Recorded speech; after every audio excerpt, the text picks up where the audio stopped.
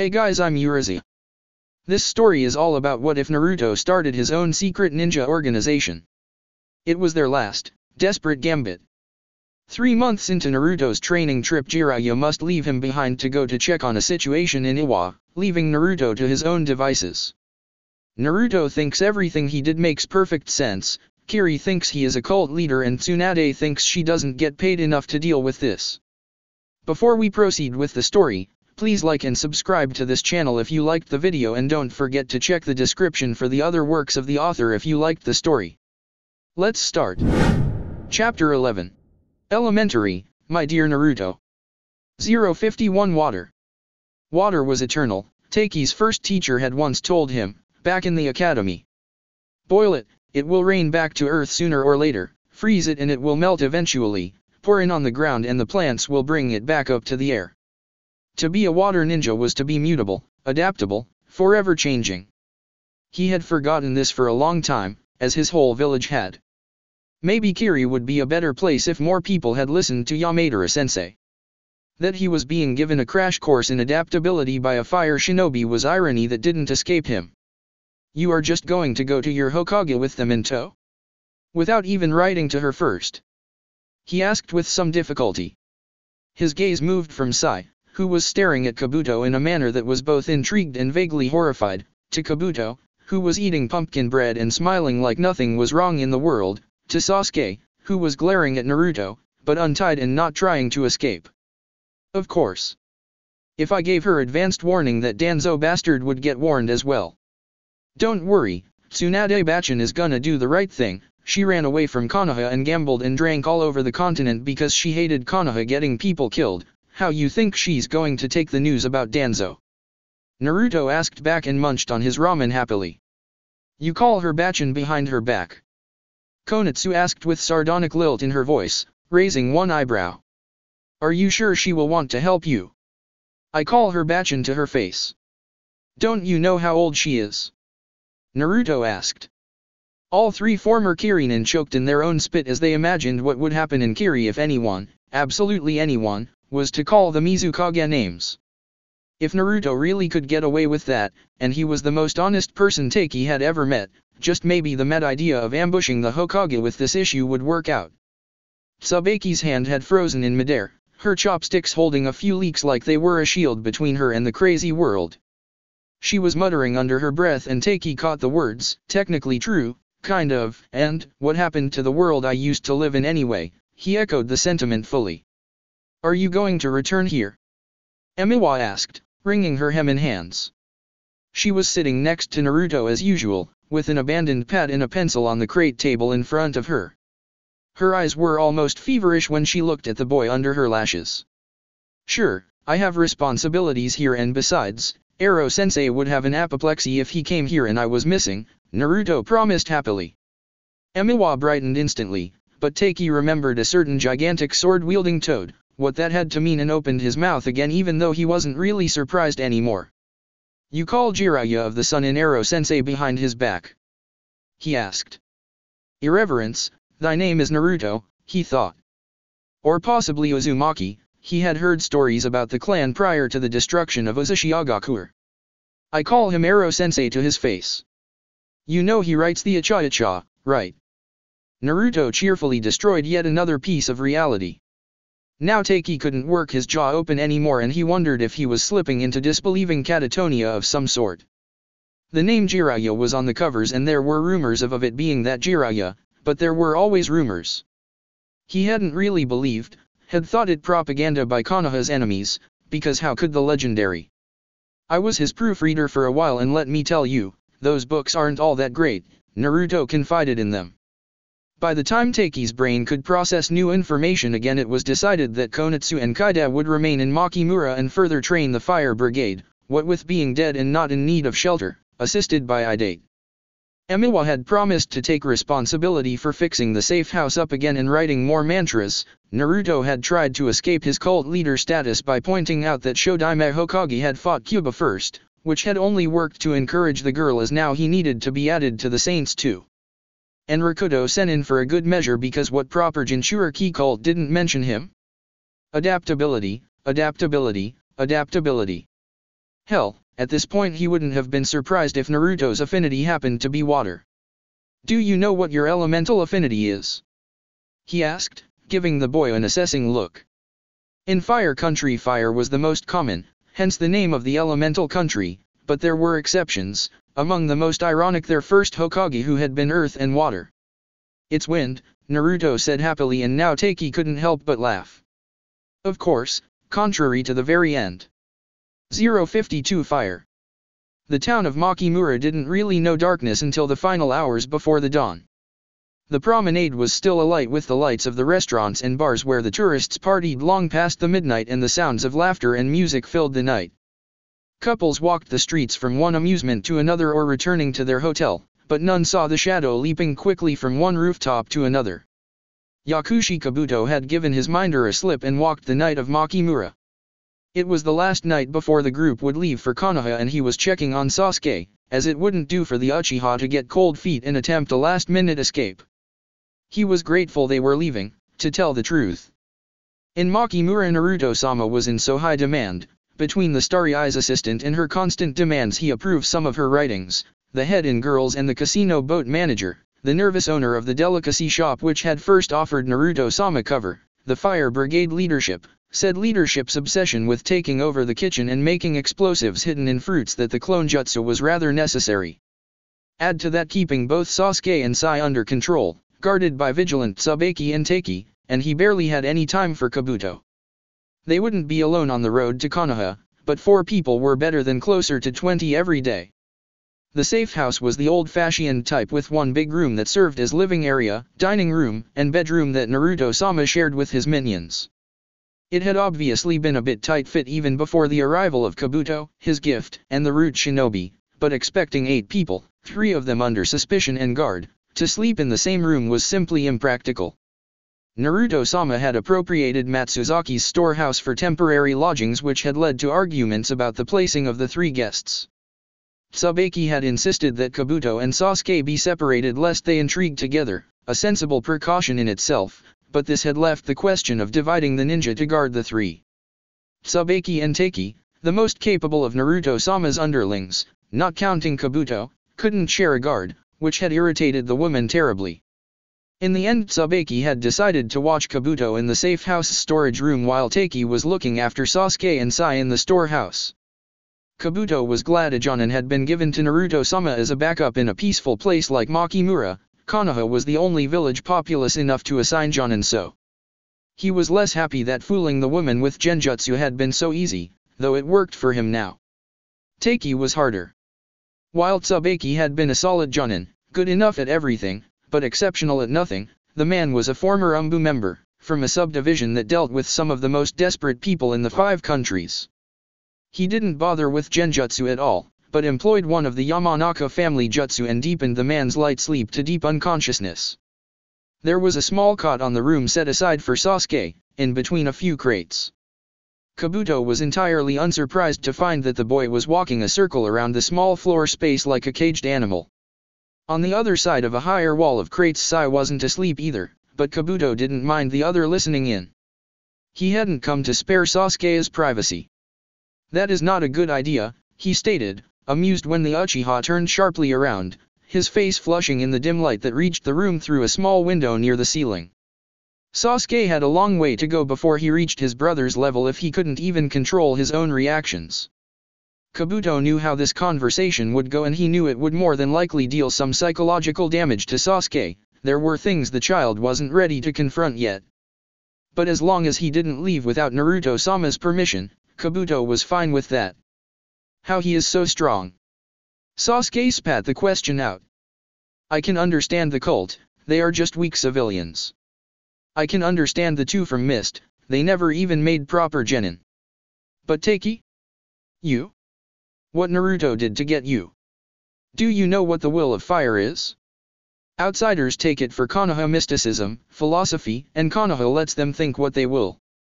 In truth, it is a chakra control technique. Not one I have ever managed, I'm much too fragmented, and this technique requires the user is sane. He knew he held Sasuke's full attention. The council's handprint was clearly visible on the boy. One so easily exploitable should never have been allowed outside the village's walls. But Danzo liked them broken, liked them easily owned, and if Kabuto's only choice had been by whom, he had at least made a choice that didn't break him more, that bandaged him. That might even fix him one day. Chakra is half mental energy. The will of fire is to make your goal, your dream, or a mission, into an inseparable part of yourself. To eat it and drink it, to breathe it, to make it your cloak and bed and to make it your blade, and remain a whole person. It is a delicate balance to find, one which requires a great deal of, maybe idealism is a wrong word. The person has to be wholesome enough that their goal doesn't destroy them. There were other focusing techniques that didn't have such harrowing requirements, of course, but Kabuto wasn't there for Sasuke's benefit. He didn't mention them. How come killing Itachi isn't wholesome enough? He is a traitor, a kinslayer. He's still a threat to everybody. Sasuke shouted. Really, such an uncontrolled boy. Even if Sai had been asleep earlier, now he couldn't possibly be. You didn't care about the threat he is, you want to stop hurting. There is nothing wrong with that now for the kill, when the throat was bared. But while you hate him, you love him also. You can't master enough focus with the divide inside you, and this is why Naruto-sama has surpassed you. Within him there is only unity. The fault was in Sasuke, not in Konoha. And if the boy broke a little, Kabuto was certain that Naruto-sama could shore him up again. Now it was better to return before Naruto-sama's shift was up. 053 Earth. Sandaimechi Chikage Oniki of both scales was an old man, and age brought some privileges with it to balance the weakening, aching body, and finding you had outlived pretty much everyone, friends, allies and enemies likewise. One of the privileges he had claimed was a small army of scribes who did his paperwork according to his orders. They were all former active duty jonin of his village, retired either due to age or injury, and he knew he could trust them implicitly. These days he only signed the papers with his own hand. This was important. Deep within the belly of the earth a sure hand had painted an old document white with correction fluid, taking special care with the nooks and crannies left around and inside the kanji of Oniki's name to make certain no difference in the color of the paper could be detected. Assassination of Morimoto Tomomi, B-Class. Recipient, Kakuzu. General information. Morimoto Tomomi, Chunin, Register ID 015652, is to be considered a liability to the security of Iwagakure no Sato due to the high level of emotional dependence of Chuchikage candidate Deidara, Jonin, Register ID 015611, on this individual. In broad terms, codependency refers to the dependence on the needs of or control of another, often characterized by excessive compliance or control patterns. For further information on the decision-making criteria, consult File, Psychological Assessments, Deidara, ID 015611. Minimum requirements. Morimoto Tomomi is to die within 3 days of the acceptance of this mission by means that implicate a foreign village or a known missing nin. Payment. Standard B-Class assassination payment, to be rendered after proof of death has been given. Due to the confidential nature of the mission, no receipt will be given. Signed. Sandaimechi Chikage Oniki. In the country of Earth an explosive had been prepared and the fuse was slowly burning shorter and shorter. 054 Wind. Naruto had arrived to Tea Country by land, but he left by sea.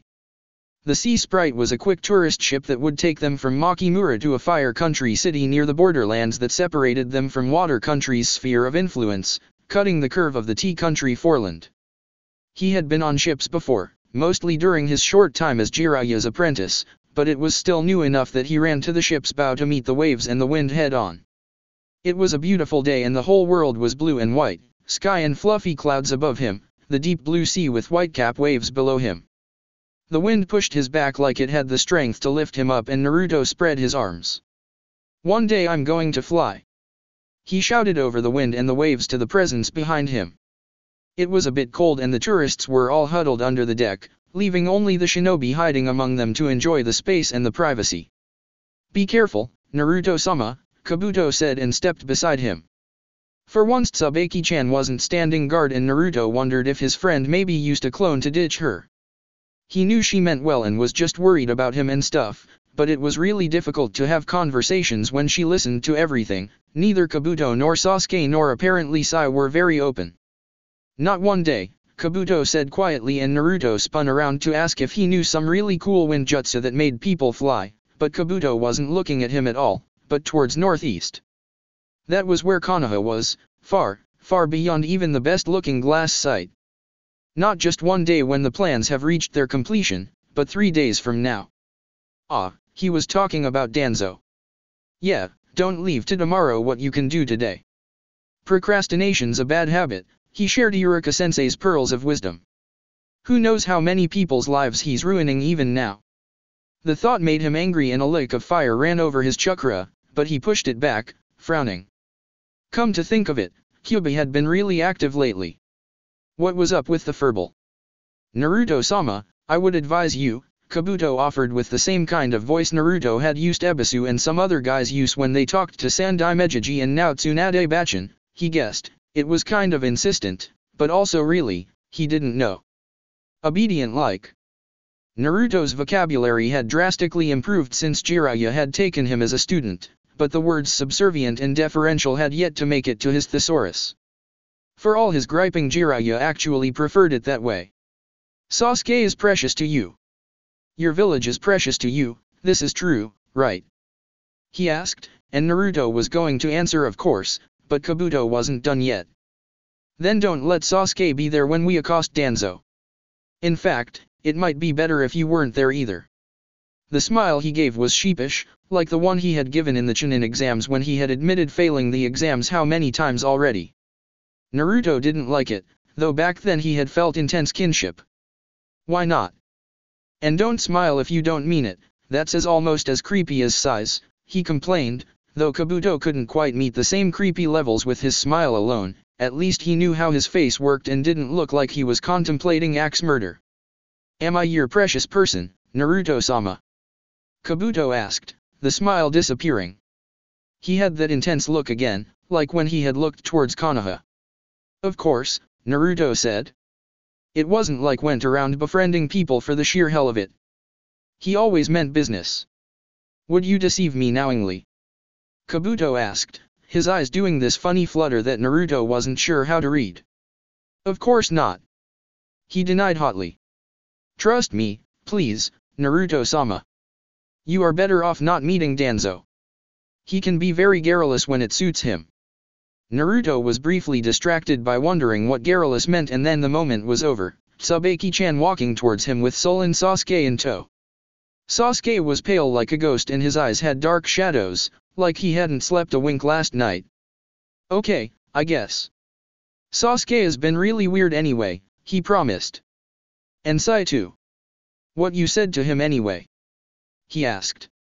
Sai was in some strange sort of limbo, he hadn't really renounced Danzo, but he wasn't protesting anything either.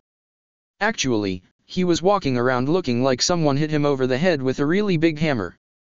He was making frantically notes to his book, with normal ink, and giving Naruto some really funny stares. Maybe you should ask him.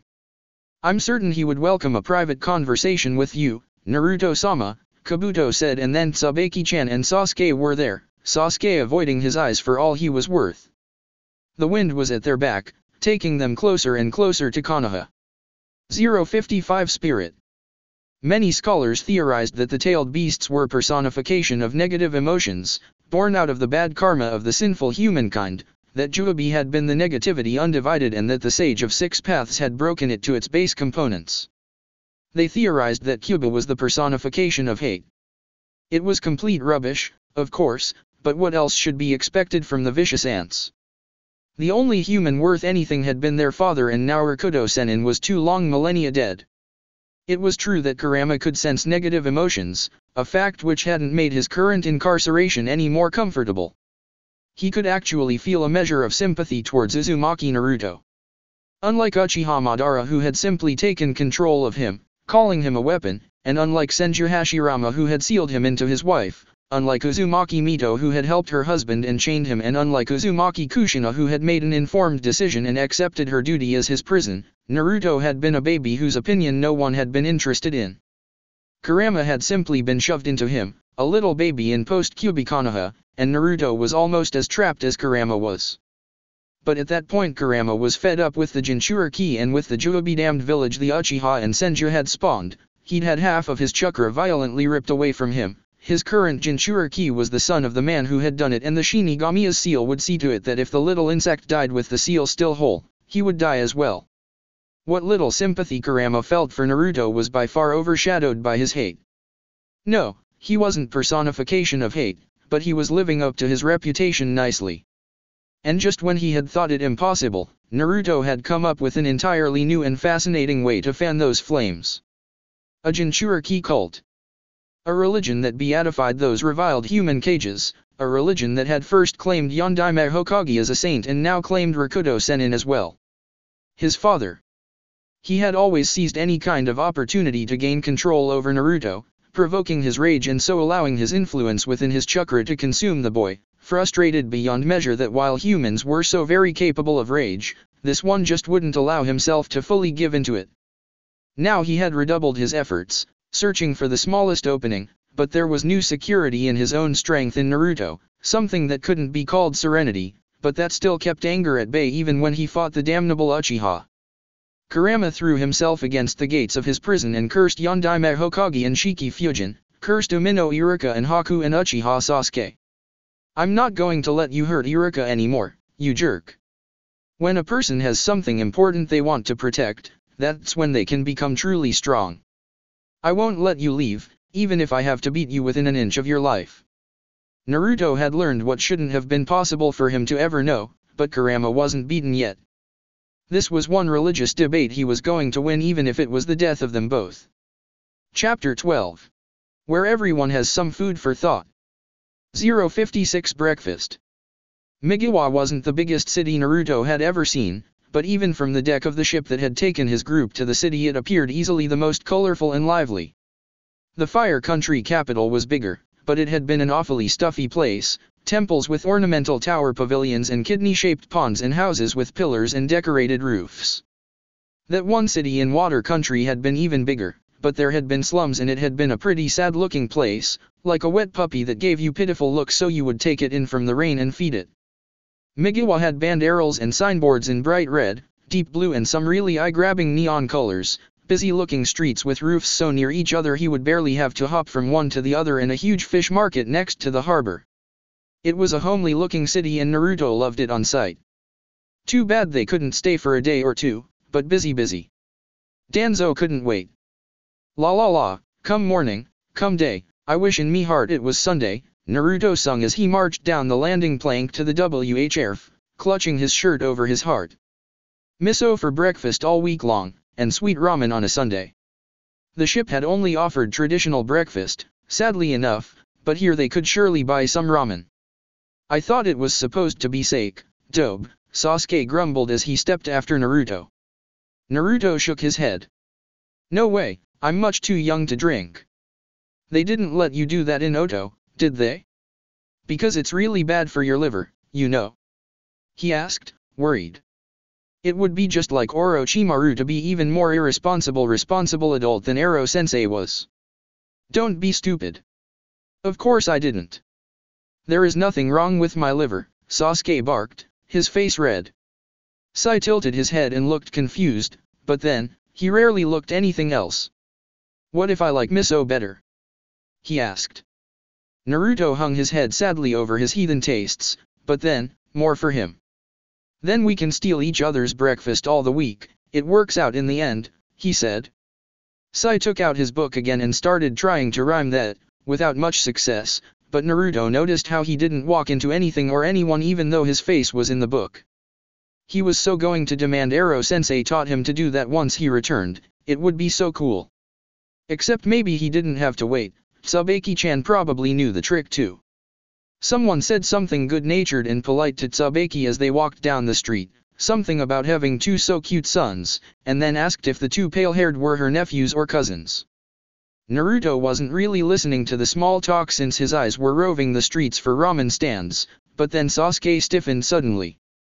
You, he hissed to Naruto and clutched his neck over the seal that stuck out from the pale skin, so bright and angry. I think she would rather claim you. You are wholesome. It came so out of nowhere that Naruto stumbled over his 2 feet as he turned to look at Sasuke. Thanks. What? He asked, but Sasuke turned his face away. How being wholesome works? Sai asked, and while Naruto had already learned that his questions tended to be weird with the side order of inappropriate, this was getting suspicious. Rice and miso for breakfast with a side dish of shared angst. There was something bugging Sasuke and Sai and he was going to get to the bottom of it. 057 Lunch. So you protect the roots of the tree. What have you done that protects Konoha? I have killed Konoha's enemies. You believe that makes you necessary? Even Green Genin can kill for Konoha. Sai was running at steady pace, behind Sasuke and before Taki. They were traveling an old gravel road between gently sloping hillsides, dotted only by a few wooden houses and shallow streams, towards a green line at the horizon. Once they reached Konoha's security zone he should escape and haste to warn Danzo-sama. Or should he? Sai wasn't used to feeling unsure of his duty. His duty was to obey, but to obey whom? He was most uncomfortable operating with conflicting, incomplete intel. Tsubaki had taken place in front of Sasuke, Kabuto by her right side and Uzumaki Naruto had taken the point. Tsubaki was Naruto's superior, probably. She was a Jonin and Naruto only a Genin, but she had been sent as backup, to assist. She deferred to Naruto's judgment regarding Kabuto, Sasuke, and Sai himself, even though she reserved the right to voice her doubts. The unclear chain of command was a risk in the field and she should have known better, yet she made the situation appear easy to manage. Adaptable, the Kiri defector had called her disposition and mumbled something about water elemental chakra, though Sai was certain she was fire type. Kabuto turned his head, easily defecting the general focus of Sai's attention. He wasn't certain of the exact limits of the man's capabilities at this time, but it was clear that the traitor was easily superior in skill and power to Sai, maybe all of them with possible exception made for Naruto and Taki. The Jinchuriki's reported power levels fluctuated too much to get a proper estimate and he didn't know the extent of Taki's skills. Why don't you talk to him? Kabuto asked and the questioning cant in his voice forced Sai to forcibly relax his shoulders, to resist a grimace. He had been conditioned to not respond to the animal impulse to flinch after suffering physical damage, yet that tone made him want to argue even when there was nothing to argue against. I am a tool to protect Konoha. You have nothing else to say? Then again, capacity to reason isn't in high demand in Root, now is it? Sandaime disbanded Root, Sai. He decided that to strip humanity from Konoha is to strip Konoha from Konoha. So what are you protecting? Naruto, he called the Jinchuriki's name, lengthening his stride while Naruto turned his head and grinned. That ever-present happiness didn't fail to take Sai aback again. The Jinchuriki made the best high-danger assassins, not to mention the high-destruction ones, yet he couldn't imagine Naruto serving in that capacity. Yeah? What is it? Naruto asked, jumping over a small tree that had fallen across the road, then grabbing a branch and throwing the trunk to the side of the road with ease. There, now it isn't going to bother people. His rhythm had barely broken at all. Sai wondered why he had bothered. You are wholesome. Sai begun, making Naruto groan. He didn't let that stop himself. Are you still useful to Konoha? He asked. Naruto cocked his head to the side and snorted. Obviously. I'm totally devastating, like those orange, poisonous toads, they are cool and so is their jutsu, he boasted and Sai remembered that in nature the brightest colored animals were the most dangerous. He looked at mild and mellow Kabuto, Kabuto who called him Naruto-sama, and Sasuke who glared daggers at him, but didn't object, surprisingly. Just few days ago he would have sworn that those two would only return to Konoha in chains or body bags. When an enemy was enemy no longer, wasn't the enemy dead then? Even if the person wasn't? Vision that doesn't make you happy, doesn't make you productive member of the village, or even some hate proficient in anything more subtle than outright slaughter. Vision that Konoha has rejected once already. Vision of Danzo, if you haven't got it in you to be angry for being used, are you angry then for being wasted? I don't know what wholesome issues you have got here, but real ninja aren't controlling jerks. I guarantee you, the ones going on and on about people being tools are the biggest hypocrites. Just look at Zabuza, he said he wanted to overthrow the Mizukage because he was a tyrant and then he became an enforcer for another tyrant for rebellion money. Seriously, what the hell?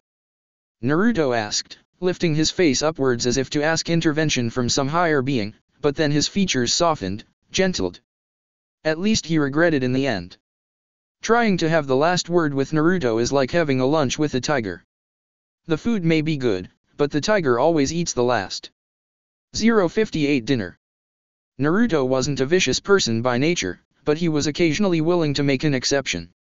The Yakuza of Makimura could have testified to that.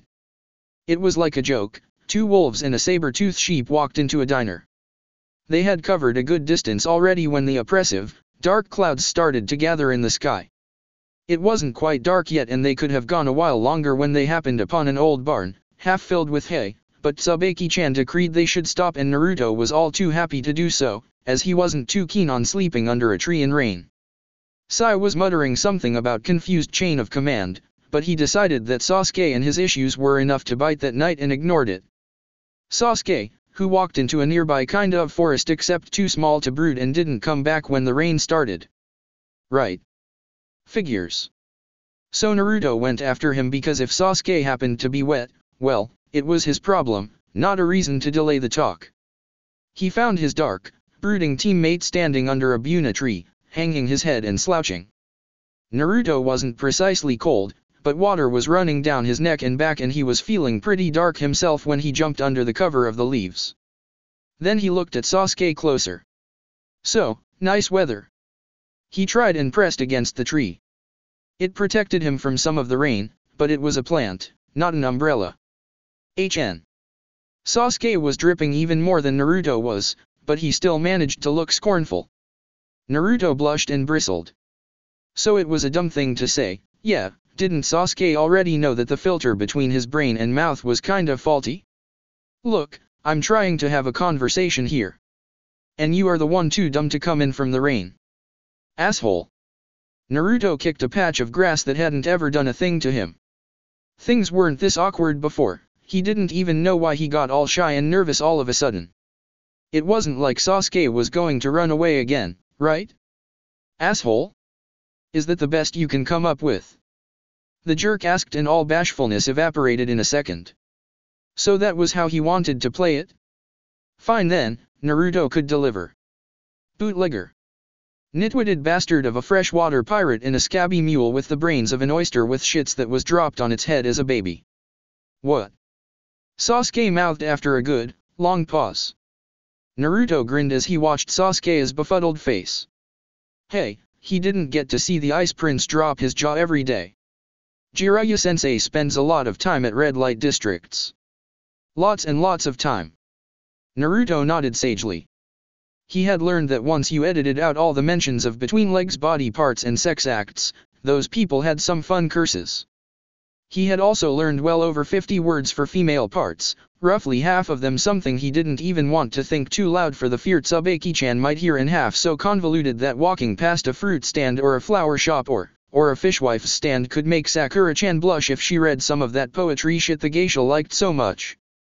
A few hundred years ago people had so many words for the female parts that it was really hard to have a conversation about anything without inadvertently mentioning at least two of them. Seriously, who makes a temple synonym for a geisha house and purse for, well, that part? So you say I'm one of your precious people and chase after me, Sasuke begun. He didn't quite unbend enough to make quotation marks with his fingers, but Naruto could hear them in his voice loud and clear. What if I say I can't stop caring for my brother? His voice dripped snide all over the place, more than the tree dripped water. That bastard, Naruto grumbled, and again the red-hot otherness inside him licked his chakra like a hungry dog. He kicked it down firmly. Sasuke was an idiot and a bastard, but he needed him now, no time for stupid personal theatrics. You don't think I'm disgusting? Sasuke asked. He was still trying to sound cold and mean, but not quite pulling it off. It was dark, the sun low and behind thick, dark clouds, and Naruto didn't see Sasuke's face all that well, but the way his errant teammate hunched his shoulders made Naruto want to hug Sasuke. He thought better about it since Sasuke would only punch him. Then he did it anyway. What the, stop it, you idiot. Sasuke did punch him, but it was a weak, feeble thing and Naruto could hear a small, quiet sob. The red was back then, a thick, suffocating blanket over him as he imagined tearing Itachi's heart from his chest with his bare fingers and blood everywhere, red, red, red. He couldn't remember how he pushed the red back this time, but when he came back to his senses, they were both dry and the raindrops falling on his skin were sizzling. Naruto wasn't a vicious person by nature. Iruka-sensei had once long ago told him that a real agreement was something more than two wolves and a sheep voting on what to have for dinner. Naruto had agreed then, imagining the sheep in orange color, having only seen black and white pictures of the creatures and hey, his woolen clothes were orange, and feeling a lot of sympathy for the poor creature. Sasuke was wide-eyed and looked a little scared, so Naruto hugged him again, and this was where the simile came crashing down because he thought of Itachi. The mental picture of woolly, bloody saber-tooth, sheep Itachi was fairly ridiculous because it was so devastatingly cute. Bat, bat, sheep Itachi bleated and fluttered its red, swirly eyes inside Naruto's head. He smirked. He was hungry, he was going to have a dinner and he was going to invite Sasuke because he was generous like that. Ero-sensei was kind of lazy and a pervert, but he was good and Naruto was going to train, and if Itachi didn't want to get eaten, well, too bad. It was up to a vote and it was 2 against 1 now. 059 Food. Evil wasn't a word that Tsubaki wanted to throw around lightly, she was a killer for hire after all. But she remembered the Kyuubi's attack and she was confident in calling that creature evil, its chakra terrifying in its raw killing intent. It was overwhelming, it was malicious, it had been thick in the air like the smell of blood and smoke from the burning buildings, and every breath she had taken had been a battle against freezing in terror. Now she stood in the rain and watched his charge, hugging the Uchiha. Terrible anger was radiating off the boy, bringing back scorching memories with it, but Naruto was even in his anger infinitely gentle. "I think we should leave," she said, her tongue turning clumsily in her mouth as she turned her back to the picture. This gave some food for thought. Literally, almost. She thought of Naruto's precious Iruka-sensei. Iruka-sensei said this, Iruka-sensei did that, always Iruka-sensei first, to the extent that mentions of Kakashi-sensei and Ero-sensei sometimes seemed almost afterthoughts. She thought of Naruto's precious ramen, how the boy could scarf even the tasteless instant kind down bowl after bowl. A bowl of vegetables served with love is better than a 3-course meal served with hatred, she remembered the old proverb. Not that Naruto ever failed to complain about vegetables, but he ate them all the same because Iruka-sensei had told him they were an important part of a shinobi's diet, and Iruka-sensei was never wrong. "Shouldn't we keep guard in case he loses control of the Biju?" Sai asked, a black and white shadow in the dark. Kabuto's hand moved just a little bit closer to something that was in all likelihood sharp and pointy, and Tsubaki found much to her horror that right now, just for that, she approved of the man. They were huddling in the rain, just far enough that the two genin shouldn't notice them as long as they didn't start shouting. Taiki managed to stay dry somehow, deflecting the raindrops so his hair and clothes were just a bit damp. Kabuto wasn't dry, gratifyingly enough, but he managed to look very dignified and regal even when he looked like someone had thrown him overboard on their way over the gulf. Sai looked like someone might have thrown him to the sea and he wouldn't have cared, making Tsubaki wonder if she was in need of some remedial weather desensitization training. She was cold and the water was running down her back and even her underwear was damp by now, chafing as she moved. "Let's go back," she said, and started shepherding her group back towards the barn. "No one is losing control here, no sense in getting even more wet than we already are." "But how?" Taiki asked, walking slowly, turning his head to look over where the two boys disappeared into the shadows of the trees and the rain. "How can he feel like that and not do anything?" Tsubaki smiles as she recalled the day she had taken this mission, how she and Iruka had eaten at Ichiraku's, the warm sun and the rich taste of the broth and the misery she had now left behind. "There are 2 men in Konoha. One of them is an academy teacher, the other is a ramen chef, and when we return I'm going to kiss them both." And if there was still a hint of Kyuubi against the backdrop of the forest, the bite of it felt almost safe, like the canned wasabi beans that had been her comfort food since she was 10 years old. 060 Drink. The first time Deidara met Morimoto Tomomi he didn't think much of her. She was 2 years older than he was, yet they graduated the same year, and when she took her Chunin exams he stood in front of a panel that reviewed his Jonin evaluation scores. She didn't have many prospects of ever becoming a Jonin either, though of course she wasn't a bad kunoichi. She was dependable, the sort whose dedication to her village was beyond question, who was good on missions and didn't bring her drama to the battlefield. She wasn't the type to have any personal drama, period. She was supportive of her friends and comrades and an all-over nice person. She was pretty in the girl next door kind of way. She wasn't the type to catch a young genius eye. She was one of the two Chunin assigned to Deidara on his second mission as a Jonin. That mission was an unmitigated disaster. The information given to them had been inaccurate. Instead of 4 Kiri missing nin trying to form a drug ring, there had been 15 from Kiri, Kumo, and Ame, 3 of them Jounin level. The Chunin named Yasu died in combat and Deidara and Tomomi were taken prisoner, to be tortured for high-price information. As Deidara was the one in possession of more classified information and he was presumably the tough one as well, the missing nin decided to soften him before working him over. Sleep deprivation, they decided, some beatings and of course the psychological torture of watching his comrade being tortured and breaking before his eyes. Tomomi didn't break on day 1 and she didn't break on day 2. On day 3 they drugged her water, and while she tasted what had been done to it, the foul drink was forced down her throat. We want dirt, little kunoichi, dirt on your precious village. Have you ever been part of a political assassination? An androgynous man the others called Osamu asked Tomomi after her eyes crossed, though Deidara wasn't perfectly certain he wasn't in fact a she. Assassis. Tomomi tried to pronounce the word, sounding confused. Kill, Osamu corrected himself with a disgusted tone. Bound and gagged, Deidara could only listen in helplessly. There is a thing about prodigies and geniuses in the ninja world, something that might make being one not worth the cost. They have this disconnect from their peers, never quite understanding the why and how of other people because they are so different, though some hide this better than others. They also tend to be fragile in ways that aren't always outward obvious. That day Deidara wallowed in the dishonor of his failure, something he hadn't ever known before, not even contemplating escape because he was too busy contemplating suicide. Kill, Tomomi sniffled. My poor. I had red and orange and that white sword with the violet thing at the center, you know. Zinnias. You killed your potted plant. Osamu uttered flatly, clearly unimpressed with this confession. I didn't mean to. Tomomi defended herself brokenly. Even with the gag it had to be obvious at this point that Deidara was gaping. They were so happy flowers. Maybe. It's kinda difficult to tell with plants. And then there were my forget-me-nots.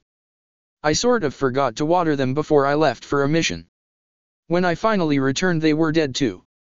Tomomi went on and on and on about her inability to keep her flowers alive, telling of the gardenias and the lavenders and the red spider lilies. When she got to the bonsai tree some optimistic fool had given to her as a birthday present, Osamu was the one who snapped and delivered her a harsh slap. Guaranteed to make people talk, oh yes. She threw the drug vial to a wall. Now for the love of the great jade dragon, shut up. They were then taken to the cell they shared. That was one extra bit of cruelty, as they were chained to opposite walls so Deidara could see Tomomi in pain and not touch, not help her. She drooped her head druggedly, but when the door was slammed shut, she lifted her face and her eyes were a lot clearer. Her skin was bruised and blooded and clammy, but there was a ghost of smile on her lips. That drink clearly hadn't been enough to fully divest her of her wits. I've never had a bonsai tree, she confessed to him. Of course no one was stupid enough to give me one. She slurred a little and Deidara wondered if he had understood her right. Why you claimed to have one? He asked, surprised he could muster any curiosity over the issue. Well, it was obviously annoying them. It's the principle of the thing, Tomomi answered with a prim voice and then ruined the effect by laughing. It was a short and pained bark, but it was the real thing, going all the way up to her eyes and Deidara could only think oh shit, now I'm in trouble. How could he stand to watch her being tortured now? Yet what else could he do? This was when she threw him a senbon she had palmed during the interrogation session, still stained with her own blood. You are the better fighter. Make it count, she said. This was the first time Deidara did what Tomomi told him to. He decided it was obviously a sensible strategy. This was the woman Deidara depended on for sanity like thirsty man depends on water. There was a reason Onaki never harmed a hair on her head despite that fateful psychological evaluation. Danzo would have been wise to follow his example. Chapter 13. Where secrets are revealed and kept, and Sakura shows latent bipolar tendencies. 061 Winter. Konoha didn't get much in the way of winter. The village was too far in the south for the temperature to drop below zero very often. That year they hadn't gotten snow even once before Naruto had left, but the winds from the west were chilly and the weather was uncommonly wet. The rain had started the day Hokage had been buried, or rather, his ashes had been buried, as no one had wanted to risk rinse and repeat of the Edo Tensei catastrophe, and it had only gotten more and more frequent since, like it was the summer and rainy season instead of late winter. It was even wetter than in water country, and that, Naruto decided, was really kind of sad. But at least the dreadful weather meant that there were fewer people out that day. The people on duty were on duty, of course, since being a loyal shinobi wasn't something that got called off on account of trouts swimming at your shoulder level, almost, but everybody who could be inside was. With the exception of one self-proclaimed blue beast of Konoha and his student, who were running around Konoha on top of the Great Wall and shouting how the flames of the youth were keeping them dry. Was that some kind of defensive genjutsu? Takei managed to utter, his jaw hanging open just the littlest bit. I think the cherry blossom petals and the sunset were. Tsubaki-chan muttered and pushed her wet locks off her face. I had forgotten how, intense that can get. Is that even legal to do in public? Sai asked and stared at Naruto. He had more of an expression on than any of them had gotten out of the boy previously. Technically yes, but that doesn't mean it's a good idea. You try that and they will dress you in green skin-tight spandex and wake you up every morning at 4:30, and before you know it you'll be speaking with capital letters too, and then you can't ever pull off an infiltration mission again, he cautioned Sai. Not that Sai could have pulled one off now if his life depended on it, but that was an unnecessary detail. Sai asked wildly inappropriate question all the time, like about sexual practices from that one monk that all but swallowed his tongue, and he was just weird enough he could think making a trio out of the youthful duo was a good idea. And that, Naruto decided as he remembered one of Iruka-sensei's long-ago lessons, would be a war crime of some sort, and committing war crimes during the peace would be even sadder than wet winter. Okay, this is our plan, he said. You, Sasuke, are our ticket through the gates without search. I mean, Sai should have travel papers, you have them, right? He asked Sai, who nodded and picked a stack of papers from his pouch. The travel papers were a simple pass telling whoever looked at them that a person, named here, had been sent on a sanctified mission by the Hokage. Not that a nin couldn't get back to Konoha without those, but with them it was simply a matter of walking through the gate after the Tuchin invisibly standing guard checked you were the person the papers had been given to. If a nin lost the papers, he or she had to stand in front of the gates while the guards manning the post went things over the long way and jumped through every hoop to verify that the person standing in front of them had left Konoha legitimately and wasn't in fact AWOL, and after that they got slapped with a reprimand for losing the papers unless there were some really mitigating circumstances. Great, so Takei's defecting and that's why he hasn't got papers. Everybody's going to make ballyhoo about you returning, so no one should pay too much attention to Takei and Kabuto anyway. If they insist on bothering by the book and keeping you, though, are you okay with that? He turned his head towards Takei. Of course, the infuriatingly dry-looking man said, appearing surprised he was even asked. It had to be the Kiri thing again. Okay, if they keep you, try to stall when you tell them things. It's probably going to be at least half an hour before they get anyone to review you, and after that just tell them about things before Kabuto came in detail, lots of details. But don't lie. That's only going to get you into trouble. He gave the orders and Takei assured him that he had no intention of lying to the TNI at all, even less if Marino Ibiki was the one doing the review. It was kind of funny, that people were that scared of the man. Sure, he was grumpy and scary looking, but he hadn't dragged Idate back after that T-country race by the hair, so he had to be a nice person deep down. So Kabuto, can you make some sort of genjutsu that gets you through? He turned his attention to the one this whole ballyhoo was about. Of course, Naruto-sama. I won't be invisible per se, but I will affect people's perception of me to make myself uninteresting. With Sasuke as a distraction, this should be enough. His fingers flicked through a multitude of seals so quickly they seemed to blur, and then Naruto found himself looking at a U next to his friend. It was a good one. So he led his merry, and not so merry in case of Sasuke and Sai, bunch to the great gates, thinking about Danzo and Sakura-chan, though for completely different reasons. It had been a long, miserable winter, trouble after trouble after trouble after Orochimaru and Sasuke being an idiot, but now it was over. Naruto whistled as he marched up the road, and Izuku and Katetsu's eyes widened until they were rounder than Lee's. 062 Spring. Haruno Sakura was sitting on her bed, reading through one of her sensei's medical scrolls, a topic of which was the muscles of the legs. Biceps femoris, part of the hamstrings group. Sakura pushed the scroll away for a moment and went through everything she could remember of that particular muscle. It was a lateral muscle of posterior thigh, two heads joined to different muscle groups, but what was the lower head part of again?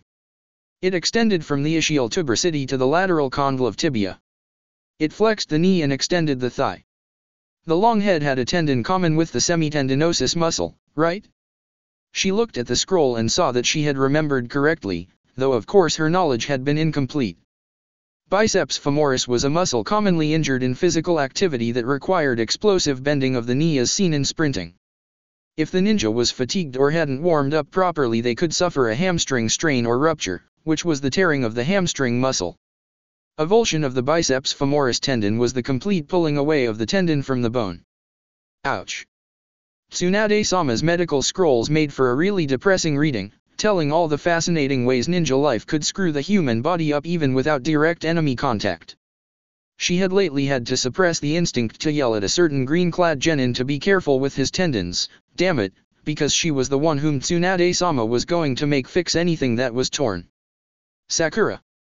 Sakura jumped up from her slouch, her heart hammering, but she didn't even have enough time to turn around when her window was thrown open and Ino jumped on her bed by her side. What are you still doing here? Haven't you heard? Ino demanded and dragged Sakura up so they both stood up, the mattress dipping under their feet. Ino was still wearing her sandals and they had already left several muddy prints on Sakura's previously pristine, white sheets.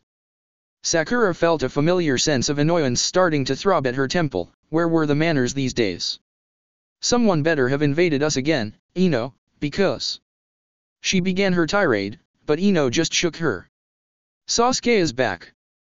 Ino shouted and Sakura could not speak a word, could not move a muscle. Blood was hammering in her ears as she stood there dumbly, and Ino went on, Naruto came back with him just a little while ago, they went to Godime-sama's office. There was some Kiri Jonin named Doihara who defected, I wonder how he's connected to this. Wasn't Sasuke in Oto? Sasuke was back. Sasuke was back and Sakura had no idea how to feel. After she'd had time to think her action through after Sasuke left, she had felt terribly ashamed. The first part, the worst part maybe, the part that thankfully no one knew but Sasuke, she had offered to leave with him. It had been a stupid spur-of-the-moment decision, and as angry as she had been with Sasuke after visiting her friends in the hospital, she had been grateful he'd at least kept her from ruining her life like that. She would never have seen her parents again, and she would have missed Ino as well, and Naruto and even Kakashi-sensei. She could have never returned to her home. She would have probably died young because of her stupidity, except not because Naruto wouldn't have let her. Naruto. Now there was another reason to feel ashamed of herself. She had asked him to bring Sasuke back because she had been too weak to even attempt it herself, and he had wound up in a hospital for his trouble. Not that Naruto wouldn't have tried to bring Sasuke back anyway, but even then, that had been a low point for her. She had sworn to become stronger so they could do it together, drag Sasuke back by force if necessary before Orochimaru took him over, but now Naruto had kept that promise while she had been stuck learning about the muscles of human body. And despite this all, she was still grinning like a loon. Go, go. Ino pushed her and Sakura exploded into motion, uncaring of her tendons and muscles. She jumped out of her window and only when her feet hit the ground she realized that she was still barefooted. The cold mud was splashing between her toes and she was almost immediately wet. My sandals, Ino. She shouted. Normally shoes were left by the front door, but ninja kept their footwear always near, and true enough, the next second Ino threw a pair of blue standard issue sandals out of the window. Another second and she was already running. It wasn't spring quite yet, not if one went by the calendar, but Sakura wouldn't have been surprised if the cherry trees of Konoha had started to bloom there and then from the sheer force of her joy. Even if she didn't know what else to feel, about herself and Sasuke and Naruto, at least she could feel joy that they were together again. It bubbled through her veins like her blood had been changed to soda somehow and sang in her ears like birdsong. To the foxes with the calendar, Team 7 was whole again and Sakura decreed that spring had arrived at long last. 063 Summer. Tsunade's father had once told her, a man will promise a lot of things in summer he won't mean in winter. It was a senju saying. Konoha at large used one that made parallels between making and delivering babies and promises to the same effect. Words were cheap. Promises were easy, it was action that came hard. Naruto had unnaturally sunny disposition and he certainly promised a lot, the only shinobi Tsunade had ever known foolish enough to promise not to die, ever on duty, and honestly believe in his own words. By now she was starting to believe he just might manage that, somehow. In his case it wasn't a matter of gritting his teeth through the winter, though he could do that as well, but somehow warping the reality and turning winter into summer. Now he had fulfilled the promise he had made to Sakura. She just really wished he hadn't fulfilled it like this. And you accused Danzo of what? She asked, massaging her throbbing temples. She needed more alcohol, immediately. His actions include, but are not limited to, several counts of unsolicited assassination of Konoha citizens, unlawfully taking Konohan orphans into custody, which I believe counts as kidnapping, to indoctrinate them into members of an organization Sandaime Hokage made illegal and disbanded, conspiring with a foreign leader, Salamander Hanzo, without the knowledge of the Hokage. The silver-haired boy, a man at this point, really, went on with almost maniacal glee shining in his eyes, not minding the two Umbu standing ready to slay him at Tsunade's whim, their blades drawn. He was flanked by Naruto, who was giving her a look both pleading and so trusting it made her stomach churl, a defecting Kiri Umbu, somebody who was apparently a Konoha shinobi and still defecting to Konoha and Tsubaki, who looked much too unapologetic for allowing this madness to occur in the first place. And can you give me a reason why I should believe a spy of Orochimaru? She grounded out, flinching at the betrayed look in Naruto's bright, blue eyes. Damn it. It wasn't becoming of a Hokage to show vulnerability, least of all in front of somebody who was bound to notice and take advantage of it. I'm currently a member of the Root, Hokage-sama, the quiet one named Sai interrupted them. I'm a Konoha shinobi, yet not in the register. I'm an orphan Danzo took, yet I doubt papers for my custody exist. I was sent to Makimura to assess Jonin Ono Tsubaki's loyalties and assassinate her if I found her traitorous. I don't believe this mission was endorsed by you. And it hadn't been, damn it all. All missions of this nature had to be assigned by the Hokage personally, going behind her back like this was a crime in itself, and proof that the leopard hadn't changed its spots at all. Not to mention that the Root still existed and that meant that she should probably get over her distaste of her traitorous teammate's reputed ex-flunky and hear what he had to say. You have half an hour, she promised darkly. Start convincing me. She came to regret those words very quickly. She tried to keep her poker face, but it wasn't helping her with this any more than it had helped her with cards. The Umbu in her office were obviously shocked as well, their faces might be hidden by the frozen porcelain grins, but their body language became more and more obvious, broadcasting shock and dismay. Naruto had maneuvered himself between Kabuto and Sai and was now holding their hands, his face red and his chakra flaring in a way that unnerved her, his face red with some strange exertion. These sorts of things were the reason she hadn't wanted to become Hokage in the first place. If even half of what she had just heard was true, or a tenth or a fraction of a fraction, she couldn't allow this travesty to go on anymore. Now she had to take Danzo down and that was bound to be a nightmare and a half. Enough, enough. I have heard enough. So now you profess loyalty to Konoha again? Despite everything? She asked suspiciously. Kabuto had already proved to be deceptive and vindictive. Had he only returned to avenge himself? She couldn't even really blame him for such intentions, if, again that if, his tale had been true. My primary loyalty is to Naruto-sama, but since he intends to become the Hokage, it will amount to the same thing in the end, the boy answered, undaunted.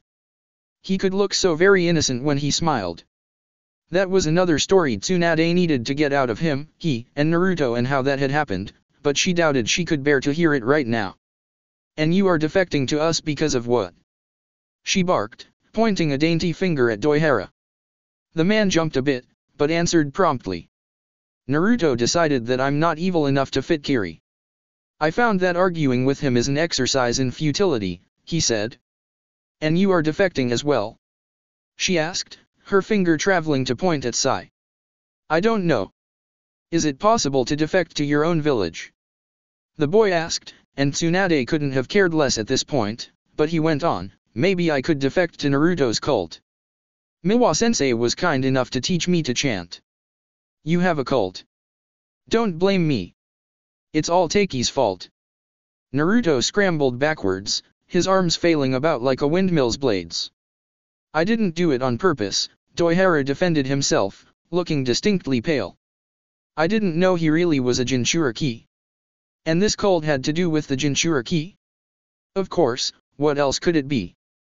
This was the sort of thing Naruto did, turning winter into summer. If she wasn't so proud of him, she might have cried when she anticipated the paperwork this would generate. She might yet cry anyway, she wasn't paid enough to deal with this, there wasn't enough money in the world and not enough alcohol either. When the door was slammed open and her apprentice barged in, jumping at Sasuke's neck. Distraction, Kami be praised. Now Naruto out of her office, yesterday. 064 fall. Naruto had already known, of course. Kabuto had told him, that was why they had come to Konoha in the first place. But he got angry again, he just couldn't help it. And like all the time lately, Kyuubi was making a pest of himself, licking him with tongue of fire. But this time he could almost see it even though he was wide awake. It was like there was something orange and red just at the edge of his vision, something that moved, but when he turned his head it disappeared like water disappeared into dry sand. And there were words, just at the edges of his range of hearing. Ruto, your precious MOT. Like the cries in storm winds, almost words, almost there. Okage, you think sage. Red wind, so red. Proud of his desk. You have a cult. Tsunade Bachin screamed, and it was like he had been balancing on a rope and now someone pushed him. The red shadows were gone with a crash and so was the voice, leaving him to the tender mercies of Tsunade Bachin. Her face was plenty red, though, and her eyes glittered. It was really ominous glittering. Don't blame me. It's all Taki's fault. He pleaded, all too happy to put the blame where it belonged. This was when the door was slammed open and Sakura-chan barged in. She was wet from head to toe and her hair lay flat against her head, now a darker shade of pink, almost red. Her hem was dirty and dripping. She was still the prettiest girl Naruto had ever seen. Sasuke-kun. She breathed and jumped at his neck. I missed you so. It hurt a little to watch her fawn over her precious Sasuke-kun, but Naruto smiled all the same. He was the one to bring Sasuke back, so he was the one to make her smile so prettily, in a way, right? But then Sakura-chan took a step back and delivered a harsh slap to Sasuke's face. Naruto's jaw dropped as the sound of flesh hitting flesh echoed in the room. How could you do that? Doesn't the word desertion mean anything to you? And you tried to kill Naruto. Don't try to tell me you didn't mean to, you put an A-rank assassination jutsu through his chest, who does that to a teammate? He could have died, anyone else would have. Have you no heart? Sakura-chan's voice reached a pitch Naruto had previously thought human throat couldn't manage and she punctured her tirade with one more slap, after which she threw her hands around Sasuke's neck again. At least you are back now, you can make it better. That's good, she crowed. It was a pretty quick mood swing, but it wasn't like Naruto was really angry either. Being friends was like the fall, when the leaves fell you didn't kick the trees, you encouraged them to try again next year. Besides, Sasuke's both cheeks glowed red from her strikes and he stood still and straight like an iron rod, his face panicked like a mouse's when it stood in front of a snake, and that was really hilarious. Naruto snickered a bit, but that only turned Sakura-chan's attention to him. Now he took a step back, suddenly unnerved. She was obviously kind of unhinged from the happiness, and who could tell what she might do? He had done nothing to deserve a slap. Naruto, thank you. You are a wonderful person and I'm so happy you are my teammate, she said solemnly and gathered him into a hug. Now it was his turn to stand still, his arms rigid against his sides. His eyes were stinging and he blinked them rapidly. He wasn't going to cry, really. His heart was so warm and fluttered so hard it almost hurt, and he was so happy he wouldn't have cared if she had slapped him right then. He would have done anything for her, moved mountains and beaten armies all alone. You. Now Sakura-chan pushed him away suddenly and turned to the side. Naruto stood there confused, wondering if now was the time for the slap, and then saw that she had turned towards Kabuto. Traitor! She hissed, her fingers spread like a bird's claws. Hey, he's the one who brought Sasuke back to me. In that barrel too, he defended his friend's character. And the barrel had been a nice touch, really. Is that so? Then, thank you, I guess, she said hesitantly. She didn't look happy to thank Kabuto, but she looked less ready to horribly maim him at least. Kabuto smiled in a sheepish manner and tried to look appeasing. Is she suffering from bipolar disorder? Sai asked. How she passed her psychological evaluation. This in turn made Sakura-chan screech again in indignation. As heartwarming this scene is, this really isn't the time and place for it, Tsunade-bachan said dryly and muttered something about the evils of the paperwork that awaited her. Make Danzo do it when you catch him. He deserves it anyway, Naruto proposed and grinned when unholy light lit the Hokage's eyes. I think I will. And I'll castrate Jiraiya for leaving you alone for whole 2 months. What was he thinking would happen? The right answer probably wasn't not this. She was rubbing her knuckles and grinning really ominously. Kabuto was the one to suggest that the happy reunion could be relocated to the waiting chamber outside the office, as the participants weren't really necessary to the conversation anyway. Naruto wasn't stupid and he remembered there was something Kabuto thought he shouldn't hear or ask, but he really didn't want to leave either Sakura-chan or Sasuke right then, and if it was something he needed to know, then Tsunade-bachan would tell him anyway. He happily let himself be herded out along with his teammates and Sai. 065 passing. Naruto-sama can't find out. He couldn't keep this from Sasuke and he must not find out. The Uchiha are never the most stable people from begin with, it's the strain improvident use of the Sharingan causes on the brain, Kabuto said. Damn you, Danzo, Tsunade whispered. Damn you to hell for this.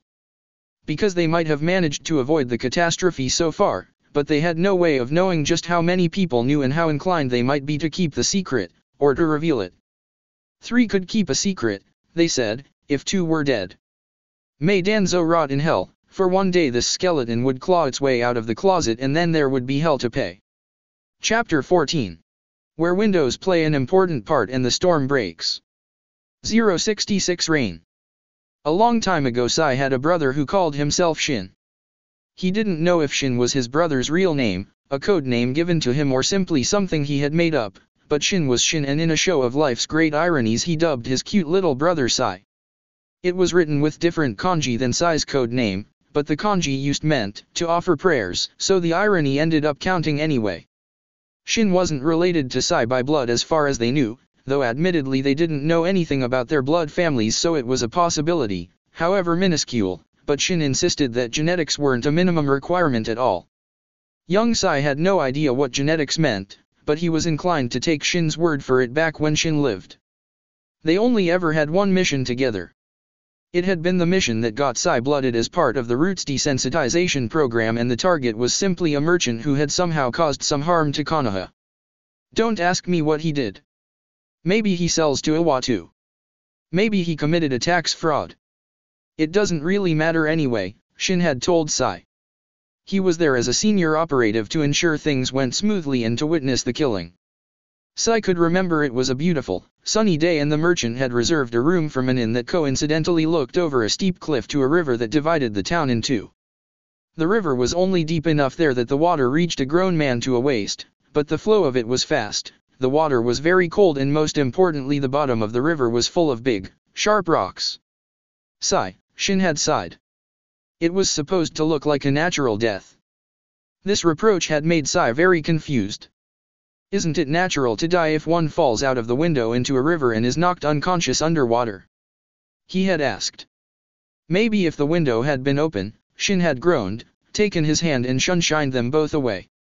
Now it was raining, Sai's name meant rhinoceros and he had betrayed Danzo. It had been the last minute to do so, figuratively speaking, as he had already been scheduled for a curse seal application like all root ninja. Only this mission had delayed it, and Sai wondered if the sensation of lightness located within his chest was a psychosomatic symptom of post-traumatic stress disorder. He was almost sure he wasn't traumatized, but no one had ever explained to him what being traumatized felt like, so he couldn't be sure. He was standing in the waiting chamber outside the Hokage's office and witnessing as Naruto spoke of his travels with Jiraiya and great ramen bars. Sakura spoke of her medical studies and their Jonin sensei Kakashi, who was out of village for a mission, and they both ganged up on Sasuke, asking questions and receiving mostly one-syllable answers.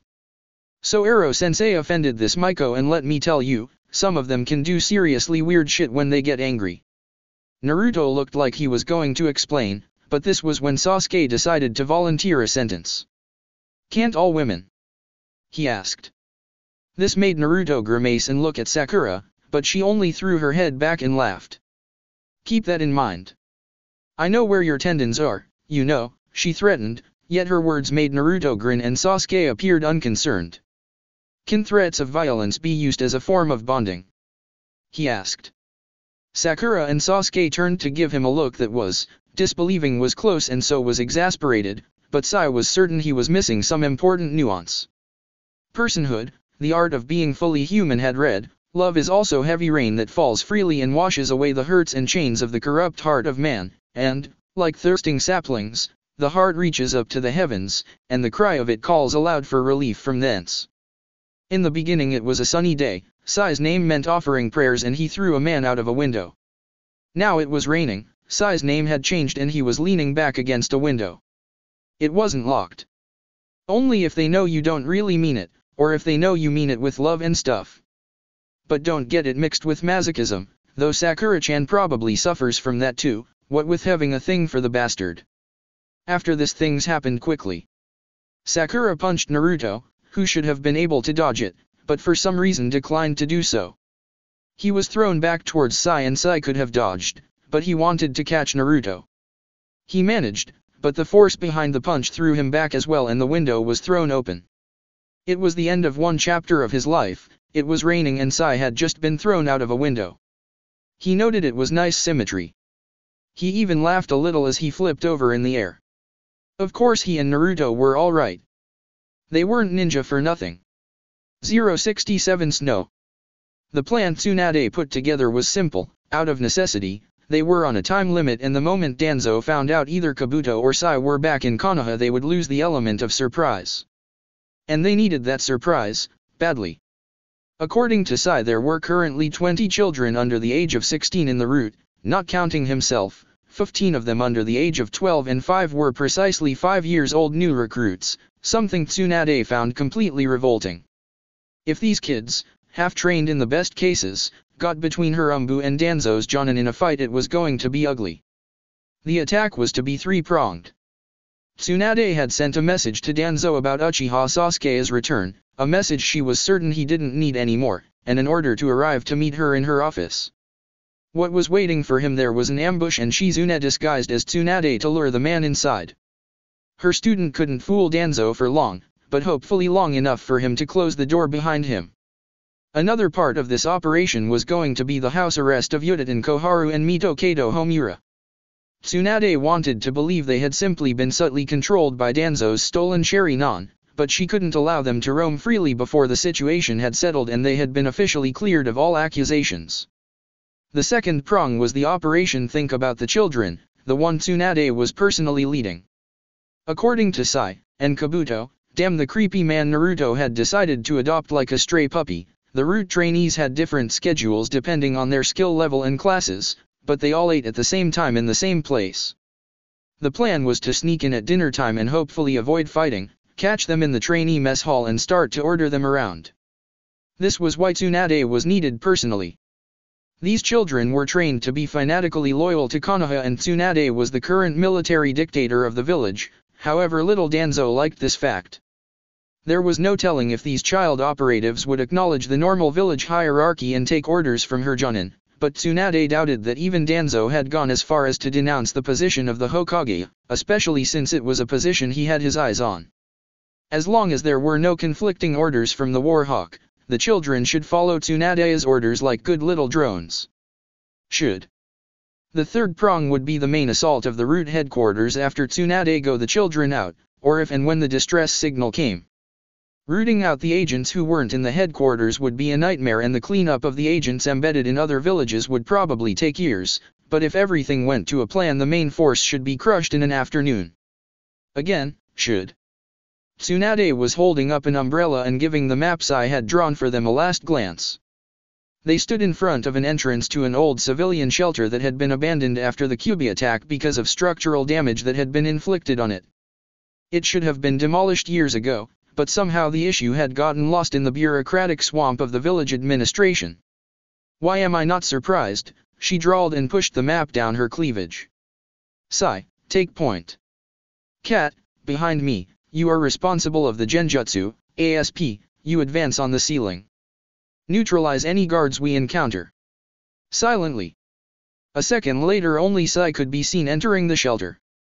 The above-ground part of the shelter was a sturdy, gray cube with a door.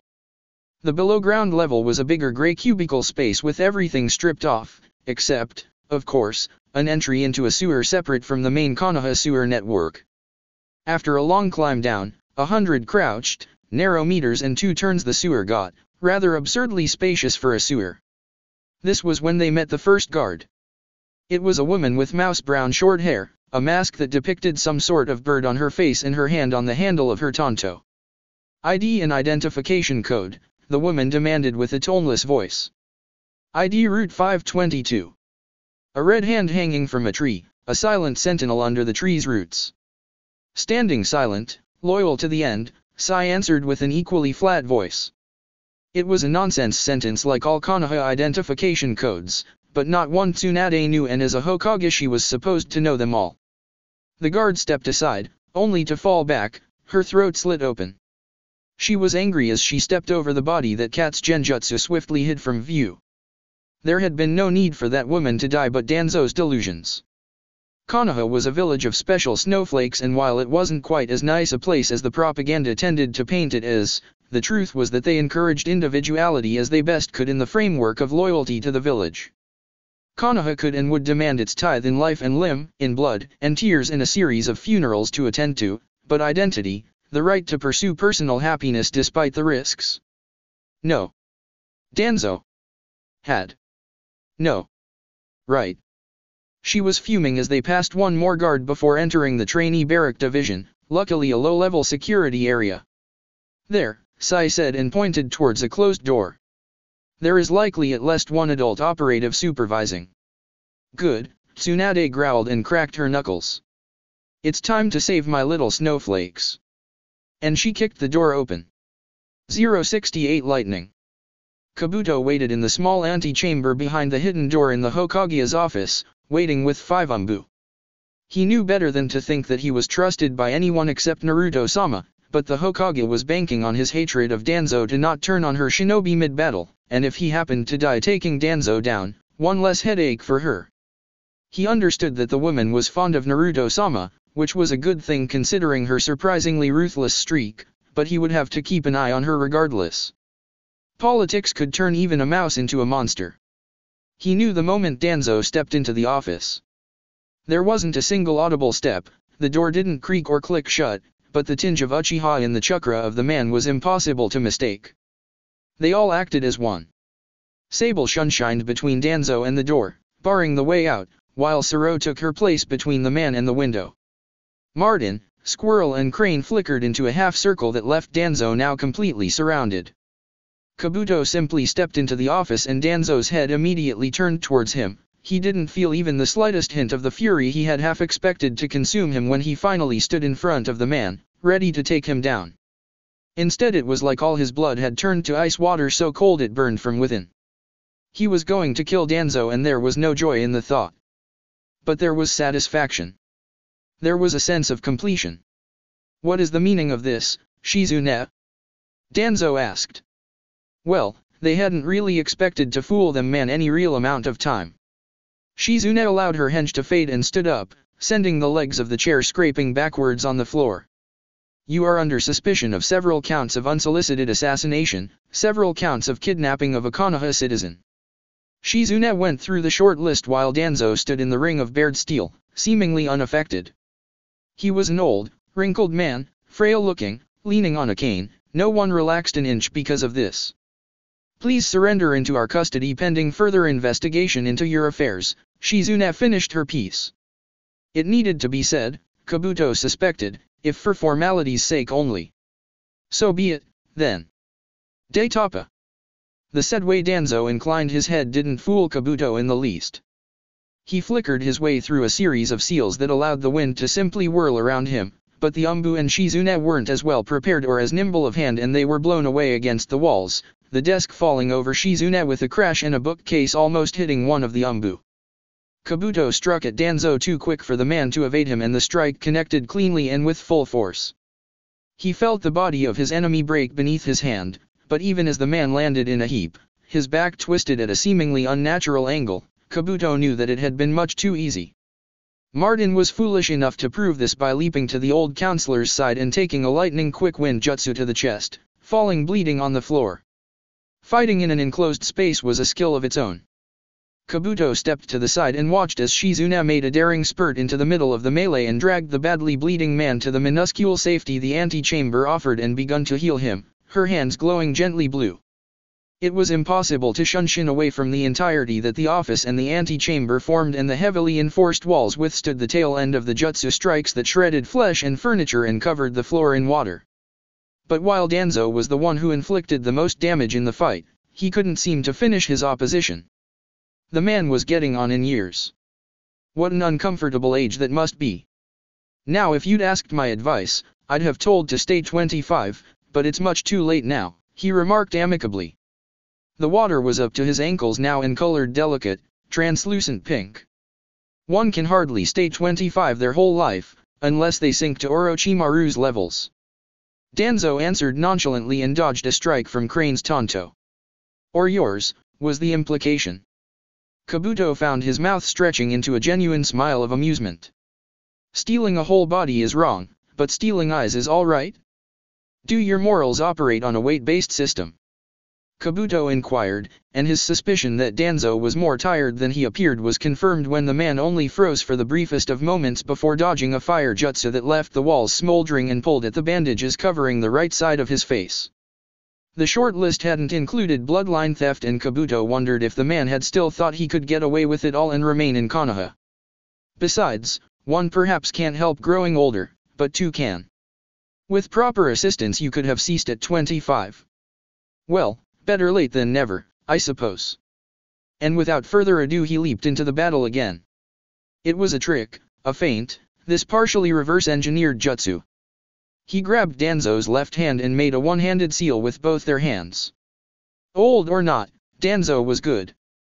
As a snake slithered out from underneath Kabuto's sleeve, Suro, her face now bared by her cracked mask, exhaled wind-infused chakra onto her Tonto to make it longer, deadlier. Danzo twirled both their bodies around, forcing Kabuto to drop on his knees on the wet floor. Suro and Squirrel both struck as Kabuto's snake sunk its teeth into both of their arms and at the same moment Danzo exhaled blasts of wind blades none of them could dodge at such short range. Then several things happened at once.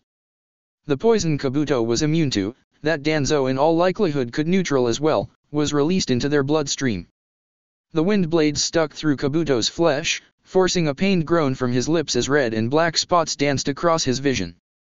But this was the part where he had modified Anko's jutsu, when he released a blast of lightning chakra through the snake's body. Kabuto had been stranger to elation for as long as he could remember, but the sight of Danzo being bodily flung by the lightning bolt struck through him with the rush of the best endorphin release technique. The walls would have withstood the impact easily, but Danzo hit the closed window. 069 Thunder. The door wasn't locked and Tsunade kicked it open with no effort at all. The head of every person in the mess hall turned towards her, standing seemingly alone in the doorway, Sai hidden behind her form. It was a mirthless place, with bare gray walls, plain long tables without tablecloths and plain long benches, no carpets on bare gray floor, and the children dressed in similar plain clothes, in dark blue and black under the harsh, yellow light of the light bulb without a lampshade. Tsunade was distantly aware that her killing intent thrummed through the room in almost audible thunder. She was so out of control it was unacceptable, but maybe it was appropriate all the same. After all, wasn't this whole mess the proverbial lighting from the clear sky, and didn't thunder always follow lightning? There was a man in the room. He wore no mask, but as he flickered to Tsunade in the space between two heartbeats, his face was so blank there wasn't much difference. He was quick and silent and powerful, he was merciless, he was at Umbu level, he was so outmatched it wasn't even fun. Tsunade struck fast, and she struck bloodlessly to spare the children a little shock, and the man toppled over, groaning a little. These rash youngsters, she sighed and shook her head sadly. They don't make insurgents like they used to. Back when we fought in rain. The children jumped up, drawing kunai, wakaizashi and other short swords, the youngest grabbing shuriken and all of them ready to jump her. Tsunade had to hide a smirk. Completely brash, a little fire and no survival instincts at all, maybe they weren't that different from normal students after all. I am Godaime Hokage Senju Tsunade, and that man was a traitor to Konoha. She thundered. Stand down and lower your weapons, soldiers. 20 children froze momentarily, their faces reflecting hesitance, some more, some almost managing to hide it. She is the Hokage. I have seen a picture of her, one of the older children said, a boy with brown, cropped hair. Immediately all children hid their kunai and swords and bowed deeply to her. Hokage-sama, they chanted as an eerie underground choir. Not one of them asked a question. We are fighting traitors to Konoha now, Tsunade spoke to them, no need to tell the root forces were the traitors here, not yet. You are to follow me and my men above ground. Don't engage in battle unless directly ordered to. I declare you ameliorated. Her words were met with pensive silence. But Hokage-sama, there aren't any windows we could be thrown out of, is this why we are going to the upper levels? The same boy who had recognized her spoke with the slightest strain in his voice. Tsunade blinked. No, that's defenestrate. She means something else, a thin, doe-eyed girl corrected the boy. Tenseness barely there eased at her words, and Tsunade realized much to her horror that the kids really had thought she wanted to throw them out of a window. I thought defenestrating meant gelding, the bell-clear voice of a tiny, androgynous child rung out from the middle of the crowd. No, that's castrating, and it doesn't count as a natural cause of death even if they are drunk, yet another kid answered. Except if the dead person is Jiraiya-sama. Hair-senpai said so, but she didn't explain why. Wasn't that sabotage? The girl asked. That too, I guess, if they have a really important kekai genkai, but vitiating means sabotaging, the silver-voiced child mused and bit his lower lip, appearing absurdly adorably precocious. Also, wholly disturbing. To ameliorate means making something or someone better. Now, make a crocodile, follow me and don't make any noise. Tsunade interrupted the word of the day calendar recital before it got completely out of hand. She made a mental note that she needed to make several therapists' appointments because if children barely of age to enter the academy were contemplating castration as a viable sabotage strategy. None of the children were moving. Do you mean an area effect genjutsu, Hokage-sama? Or should we henge ourselves as crocodiles? The boy who had first spoken up asked her. The youngest haven't been taught either yet. Just form pairs, grab each other's hands and follow me. Tsunade barked, painfully aware that the clock was ticking seconds away and they could be discovered any minute now. And like the world was mocking her, that was when a huge boom rattles the floor under their feet like an underground thunderstorm, the echoes bouncing off the walls. What had happened? They hadn't sent the distress signal and the attack wasn't supposed to start before her group got out. She herded the children out of the mess hall with the help of Kat and Sai, ASP keeping watch in an intersection of tunnels, and swore to herself that unless there were some really mitigating circumstances she was going to do some defenestrating, castrating being a very real possibility as well. 070 storm. It had been a nice, mild winter so far, but now the fierce wind and the clouds massing southeast of Iwa suggested that a storm was on its way, and it was going to be a big one. It was midnight and Deidara was walking home from the mission office, dusty from the road, tired and annoyed and hoping Tomomi hadn't been sent on a mission alone while he had been running after a turned informant halfway across the country. It wasn't that she didn't know how to take care of herself, but he always worried anyway. What if a client lied about the mission parameters? What if the situation simply shifted in an unfavorably way? Deidara knew that few plans survived contact with the enemy and any random missing nin wandering through the area might cause trouble. It wasn't that he didn't trust Tomomi to take care of herself, but if the unlikely happened and something happened to her. He walked through the almost empty streets up to Tomomi's house. Iwagakure no Sato was built in a bowl-shaped valley surrounded by steep rock formations and cliff faces, and Tomomi's house was one of the upper ones. It was a real house that even had a handkerchief-sized garden, not an apartment, but it was awkwardly shaped, long and narrow, with a bathroom where sitting on the toilet required pushing the knees into the shower, and a kitchen that was, according to Tomomi, a head injury hazard if even one cabinet door was left open. This was why she was able to afford it with the Chunin wages. He had thought about asking her to move in with her, but the time was never right, somehow. If they weren't interrupted by someone at a fateful moment, she'd had a bad day or one of her friends had just been widowed and he always lost his nerve at the last moment. But the life of a ninja was short and perilous and he was determined. Today he would ask her. It was too late. Deidara returned to tracks of blood on the floor and the clay statue he had made for Tomomi in pieces on the living room floor. Tomomi, he whispered, a cold hand squeezing his heart, desperation bringing a tang of numb disbelief and despair to his tongue. He walked the apartment like in a bad dream, thinking how she had been supposed to be safe in the village. Through the living room and into the bedroom through the kitchen. The bedroom window was open.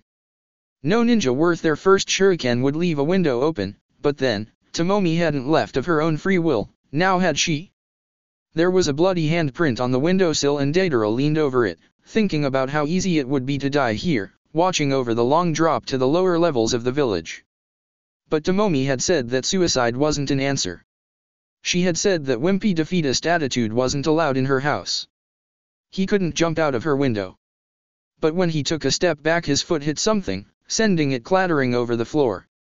The house was dark and Deidara had to kneel to find the little thing, a piece of ceramic armor. It was a thin sliver that curved ever so slightly, bone-white with a reddish-brown stain, and a bright red line. He had to fumble for a light to make certain, but yes, in the corner of that curvy piece of ceramic was the end of a red line. It was a piece of a mask. It was a piece of a mask and Tomomi was nowhere to be seen and there was blood on the floor. Deidara couldn't remember how he stumbled back into the living room, but there his foot hit a piece of clay, sending it clattering all over the floor. The noise echoed in his ears, the drum beat, and he stared, he remembered. A part of him was thinking of practicalities, of the inner sanctuary and the Chuchi Cage's private library and the classified section of the mission archives as the shattered statue of a dove filled his whole field of vision. Another part finally understood why Tomomi had said that suicide wasn't an answer. She had been right, like always. He had just lost the only person who had ever understood him when even his parents had flinched away from his precocious, disquieting questions. It wasn't fair, but he wasn't looking for fair and he wasn't looking for death either, not for his own death, anyway. I will be a good shinobi for you, Tomomi-chan. I will find out who is responsible. And then. He looked at the broken piece of art on the floor and smiled. He wasn't looking for fairness. He was just looking for who he could point the blame at and blast away. Art is a blast. Chapter 15. 071 Broken. Konoha had two councils, the council proper and the assembly. While the Hokage was the military dictator of the village and on paper had the last word in absolutely everything, in practice he or she had to listen to the other powers that be simply to keep the cogs running smoothly and to avoid turning the village into Kumo or, gods forbid, Kiri. The council proper consisted of the Hokage as appointed advisors and it was most often consulted on matters of the village.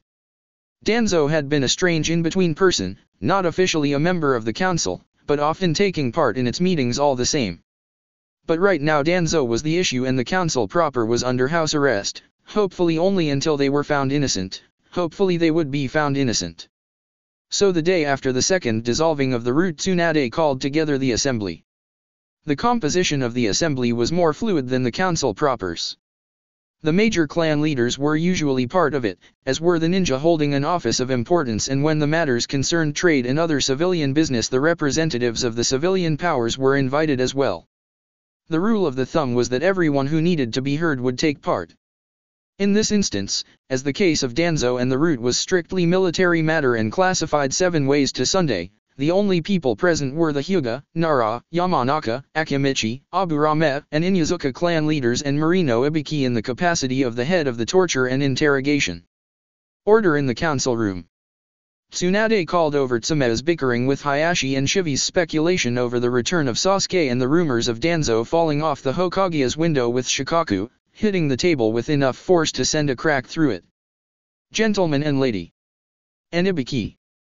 Ibiki nodded his head towards her as his name was called, the twitch of his lips stretching his scars. I am aware that many rumors are circulating in the village regarding yesterday's occurrences. It was indeed a busy day, and I have called you here to confirm several of those rumors. This is true. Uzumaki Naruto brought Uchiha Sasuke back to the village, along with a defector from Oto and another from Kiri. Tsunade felt a little bad leaving Tsubaki's name off this initial announcement, but Tsubaki was already a jonin, and while ninja were supposed to be exempt from the effects of the first impression, well, they were only human, with the possible exception of Hyuga Hayashi, who Tsunade was certain had become the anthropomorphic personification of stuffiness when the late Uchiha Fugaku had left the post open post-mortem. She wanted these people to think Naruto whenever they the return of the Uchiha. Good boy. Tsume's laugh was throaty, bark-like, wild. But her good humor didn't last. Hope you are belling that cat good and proper, Tsunade. My son came back from that rescue mission bleeding. And he wasn't even the one hurt badly, she barked, prompting a distressed noise and white knuckles from Chauza. His son's life had hanged by a thin, fraying thread, only saved when Shikamaru had granted Tsunade a use of the Nara clan's medical book, something completely unprecedented. She didn't comment, knowing that was an argument best left to another day. This is also true. Danzo has been found guilty of several counts of high treason and many lesser offenses. The route has been disbanded the 2nd time, and he died yesterday resisting arrest. Counselors Mitokato and Yudatan are under house arrest pending the results of the investigation into their actions, Tsunade declared instead, and as the voices were raised in questions, protests, and general shock, she knew that nothing short of the second coming of Cuba would bring an order to this chaos for a good long while. Tsunade had wanted Danzo taken in alive if at all possible, but the reports of her made it clear that as much as would have liked to blame Kabuto for going against her orders, Danzo hadn't shown any signs of intending to surrender and had even been on offensive for a good part of the fight. He had survived the initial electrocution and the fall off the tower with a few third-degree burns on his arm, 2 cracked ribs, a concussion, and a broken ulna. Long life of molding chakra made even an old body sturdy like that. But in the end he hadn't been in any condition to counteract the poison of the snake technique Kabuto had reverse-engineered from Anko, and while Shizune had tried to save his life, her efforts had been in vain. But maybe it was for the best. The old adage about a clan divided not standing firm had survived all these centuries for a reason. Not that the Hyuga were going to admit it or anything, but that was neither here nor there. Granted, Danzo hadn't shouldered the whole blame for the Uchiha would-be uprising. While a good shinobi, Uchiha Fugaku hadn't been an apt politician, and his refusal to compromise on anything had painted his clan nicely into the political corner. The whole clan had been proud to the point of being stupid and refused to admit even to the possibility of a bastard Sharingan holder, never mind that many shinobi had to take that sort of mission as well as kunoichi, and sometimes condoms just broke or were faulty, and that teenagers weren't always, or ever, the most responsible people even in the most respectable clans. And certainly nobody twisted their proverbial arm behind their proverbial back and forced them to conspire against the village. But the rumors about the Uchiha being behind the Kyubi attack could be traced to Danzo's doorstep. Danzo had certainly played on Fugaku's refusal to compromise, demanding the clan accept this, that and the other limitation to prove their loyalty, and then working to undermine the trust of the other clans with every refusal. He had driven the Uchiha to stand back to back, all living in the compound, and then blamed them of secularism. Towards the end of his witch hunt, the Uchiha had been almost as much outcasts as Naruto, and that was saying something. Tsunade couldn't even tell if Danzo had honestly thought the Uchiha were a threat and had created an enemy where once had been an ally, or if his motives had been less altruistic. The autopsy done on his body had certainly been telling. Maybe it was for the best that the man was gone for good, with no chance to wriggle out of his just deserts. Konoha had been broken for a long time and he had been the one conquering his own by dividing, driving wedges between comrades in arms. Where Danzo had broken, Naruto fixed. And maybe, just maybe, he could fix things once more when, not if, but when Sasuke inevitably found out and things got broken again. 072 fixed. The day after Sasuke's return to Konoha and the battle against the Root saw the group confined to the Uchiha compound, discreetly watched by several Umbu to make sure everyone stayed where they had been ordered to. In Sasuke's case, this was because Tsunade was worried about him changing his mind the last second and running away again before his hearing. In Kabuto's case, the restrictions weren't as much about him possibly running away as they were about what he could do in Konoha if left unchecked. Naruto was ordered to stay there and keep an eye on them because he had the best track record with the two and the whole mess was at least half his fault as far as Tsunade was concerned. Sai and Taiki were thrown into the bargain because as new defectors they had to be kept under careful watch as well, and that job was handed to Tsubaki as an unofficial punishment because she had failed to keep an eye and reins on Naruto. She had then mildly pointed out that maybe that wasn't the best referral she could have for a job like this, a comment which had earned her an account book to the forehead in a quick trip to the compound. Sakura didn't really have to stay with the rest of them, but it would have taken greatly superior numbers in a bloody battle to keep her out. Naruto had asked Kabuto to look after Sai and keep him from annoying the Umbu, pretty pleased with fish cake on top, and Taiki was busy teaching Tsubaki some water jutsu, sword strike combination. This only left one cloud darkening the happy blue sky. A D rank. Sasuke complained. They made me a D rank. Naruto grimaced as he thought of the mission ranking his and Tsubaki-chan's charges had been given. He was convinced that was just extra bit of punishment for the great sin of generating more paperwork for the Hokage-sama, but since he was basically getting paid for hanging out with his friends, he figured he couldn't complain. I think they are snubbing me, actually. Wait, what was he even thinking? Never mind, it's obviously all about you, he corrected himself. They were all in the great living room of Sasuke's old house, cleaning the place. It had been left abandoned since the jerk had run away with Orochimaru and a force of vicious dust bunnies had invaded the place, strengthened their positions, and now they were waging siege warfare against the resettlers. The casualties so far included Sakura-chan's prettier cleaning clothes, worn and a bit small, but also very becoming shade of pink, and 7 cleaning rags.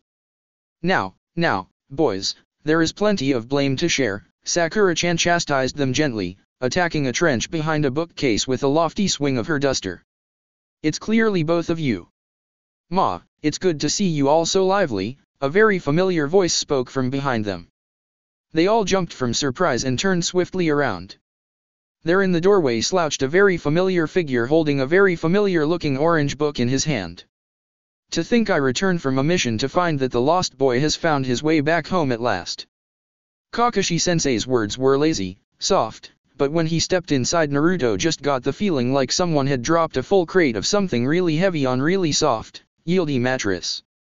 The whole room seemed to dip from the sudden intensity in the air, and he felt the need to say something, anything, to ease it a bit.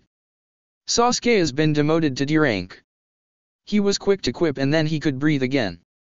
Luckily he was quick enough to dodge the punch Sasuke aimed at him as well. I'm going to kill you. Sasuke growled, but didn't actually jump at Naruto. He hid behind Kakashi-sensei's back just to be certain and struck his tongue out at Sasuke. Nya. He taunted his teammate. Sasuke's face was a picture of pure disbelief. Naruto's founded a cult. Sakura-chan joined in with a sing-song tattletale voice, leaning against the wall. Her smile was really, really pretty, and Naruto thought it was a great shame and crime she tried to hide it behind her hand. But Sakura-chan's learned a heart-exploding jutsu from Kabuto, he countered. The cult was really Taiki's fault, Kabuto joined in, walking through the door. Kakashi-sensei tensed a little, shifting his weight to the balls of his feet, ready to spring into motion. Kabuto just smiled beatifically. I merely saved Naruto from becoming Yakuza, Taiki protested, walking in behind Kabuto. Sai and Tsubaki followed as well, crowding the room very thoroughly. Sai was too busy staring at them like they were all doing something terribly fascinating to say anything, luckily. That was half Tsubaki-chan's fault. Naruto protested as Kakashi-sensei's raised eyebrow turned towards his direction. It was creepy how well that eyebrow could talk. But Naruto started it. Tsubaki-chan tattled, that traitor. No apple dumplings for her. Well, Kakashi's mouth drawled, while his single visible eyebrow clearly asked when being Naruto had turned into a socially transmitted disease, somehow. It even had a great sarcastic lilt. Naruto was very proud he had managed to inspire it. I see you are having a great time regressing to academy students. Don't tell Tsunade-bachan. We are supposed to be suffering as much as she is. Naruto shushed him and Sakura-chan laughed. It made something deep inside him relax at last, something that had been tied into knots for so long he hadn't even noticed anymore. Sasuke team had returned, Kakashi-sensei was there and Sakura-chan was laughing. His team was finally fixed, Kabuto had returned, he had a lot of new friends and all was well in the world now. 073 Light. Sakura didn't particularly like or trust Kabuto, but she had learned that heart-exploding medical jutsu from him. There was a reason for this. She was making an effort for the future. Out of Team 7 Sakura was the only one with a chance of normalcy, for any given value of normal the life of a kunoichi could hold. Naruto was doomed from the birth, he was holding Kyuubi and the Akatsuki was after him because of that. Sasuke was doomed from the moment Itachi went out of his mind and killed his whole clan, now he had to somehow get revenge despite Itachi being, well, Itachi and creeps like Orochimaru were after him because he was the last Sharingan holder unless Itachi counted. And again, Itachi. Sakura would have been very surprised if anyone had decided to go after that man when Sasuke was still an option. But Sakura had her chance of a relatively simple life and good life expectancy. She could make Chunin and become a good field medic with a few good genjutsu to throw at her enemies. She could get married to Sasuke or someone else and retire from active service to raise children. It would be respectable enough. Please teach me, Kabuto-sensei, she asked bowed to the man like a good pupil should. She didn't like him and she didn't trust him, but she figured she could trust Naruto to screw even the most messed up head in the world straight. Aren't you already Godaime's student, Sakura-chan? Why come to me? Kabuto asked, but Sakura got the feeling that he wasn't refusing her as much as he was weighing her. The brightest light casts the darkest, sharpest shadows. Sakura thought of Sasuke-kun and Naruto and her smile illuminated the darkening courtyard. The shadow she cast behind her would have done a Nara proud. Tsunade Shishao's the best medic in the world and she could beat you in a fight, hands down, but she wouldn't. I want to learn to fight dirty. I want to learn to take down someone leagues above myself by doing something totally underhanded. Please, at least give me pointers on what kind of techniques I should develop. Not that Sakura would ever do anything too evil, like that terrifying Edo Tensei technique for example, because she had standards. But she didn't have a Biju or that strange charisma of Naruto that could apparently be weaponized as a kind of an unholy bastard offspring of therapy and a mind control jutsu. She didn't even have Kekai Genkai or any inborn genius. She was just a clever girl with naturally low chakra reserves and good chakra control to make up for it. She was just a girl with a chance for normal and two teammates who were anything but. Screw normal, Haruno Sakura was making an informed decision. She was scared, so scared, but people who abandoned their teammates were worse than trash. One day she would stand out in the fields against Itachi or Kisame or some other shinobi their caliber and they would never see her coming. 074 Dark. Naruto managed to drag Kakashi-sensei out of the house eventually. It wasn't easy because he insisted on supervising the cleaning of the house, which Naruto was sure was an excuse to stare at Sasuke and make sure he really was there and watch he wasn't going anywhere. But now it was dark and everybody had either fallen asleep or at least gone to bed for the night and Naruto had a chance to tell his version of the story, without unnecessary comments from the peanut gallery about luring the unwary into his free love hippie commune cult with food, thank you not sigh. And okay, maybe he had missed Kakashi-sensei a little. But just a little, and definitely not the way he was always late to everything. Hey, you were late again. Everything's already over. He pointed and laughed, leaning back on the porch. The Uchiha compound really was eerily quiet and dark at night. The rest of Konoha always had streetlights and people walking out on the streets, shinobi returning from their night shifts and vendors moving their merchandise when most people were sleeping, but while the Uchiha compound wasn't surrounded by walls, it could almost have been its own little village within Konoha. A ghost village. There was this mayor in the Iron Country that had a really bad spider problem in the town hall, and he asked me to sweep the webs away for him. Kakashi-sensei explained. He was sitting on the railing by the porch, legs dangling over the side. So what is this I keep hearing about your cult? It's not my fault. At first it was just Taki making an excuse to stay in T-Country longer so he could defect, and he didn't know I'm a Jinchuriki. Then Miwa-chan heard about it and she got all excited, and the last I checked she was making Yondaime and Shodaime saints too and making up a lot of profound sounding proverbs, and I swear there is no free love involved, period. Naruto was swinging his arms around, flailing about, and he noticed that now Kakashi-sensei was looking him straight to the face when he had just been scanning the rooftops. There that intensity was again, the same heavy feeling when he had earlier greeted Sasuke team. Naruto squirmed, trying to come up with something to say again, and then the heaviness lifted on its own. Proverbs, huh? How about this? It is the spirit that walks a person through darkness, he asked cheerily. Naruto groaned. Kakashi-sensei, stop collaborating. She's bad enough as she is. And should you even be encouraging this anyway? It would be just like Kakashi-sensei to throw in with the cult idea just so he could watch Tsunade Bachin blame Naruto for the whole thing and do that I laugh thing. Why had he missed the Ero-sensei Jr. anyway? He must have hit his head one time too many when Ero-sensei the first was putting him through dodge training. In darkness all biju are black. The darkness conceals the hippopotamus, Kakashi-sensei went on, unashamed. What those even mean? Naruto moaned. Next you are going to say something about the sound of one hand clapping in the dark. Mean sensei, making fun of him in his hour of need. See if Kakashi-sensei got any dumplings either, that would teach him. And no ramen for him. Then Kakashi-sensei did something he had never done before in Naruto's hearing. He laughed. It was a very normal sound, but that was why it was actually pretty creepy. It wasn't the usual perverted giggle they heard when Kakashi-sensei got to a dirty joke in his ever-present books. Naruto could have done without having to know about those. Damn cheap-ass Jiraiya-sensei for not getting a real proofreader, or the amused half-snort when he and Sakura-chan and Sasuke did something stupid. It was a real ha-ha-ha laugh like normal people made, and Naruto was struck by the instinct to make no sudden moves, to make calming shushing noises with a mellow tone and back away slowly. So sensei is a saint now. Kakashi-sensei mused and shook his head. That's one cult I can get behind of. 075 Shade. Iniwa Jiraiya's name was Kenji. His hair was short and dark, his build slim, and there was little of his exuberant personality in evidence. If anything, Kenji held shades of the studious, serious Orochimaru of those long past days when the Sannin were still young and invincible and all on the same side of the right enough and the totally wrong.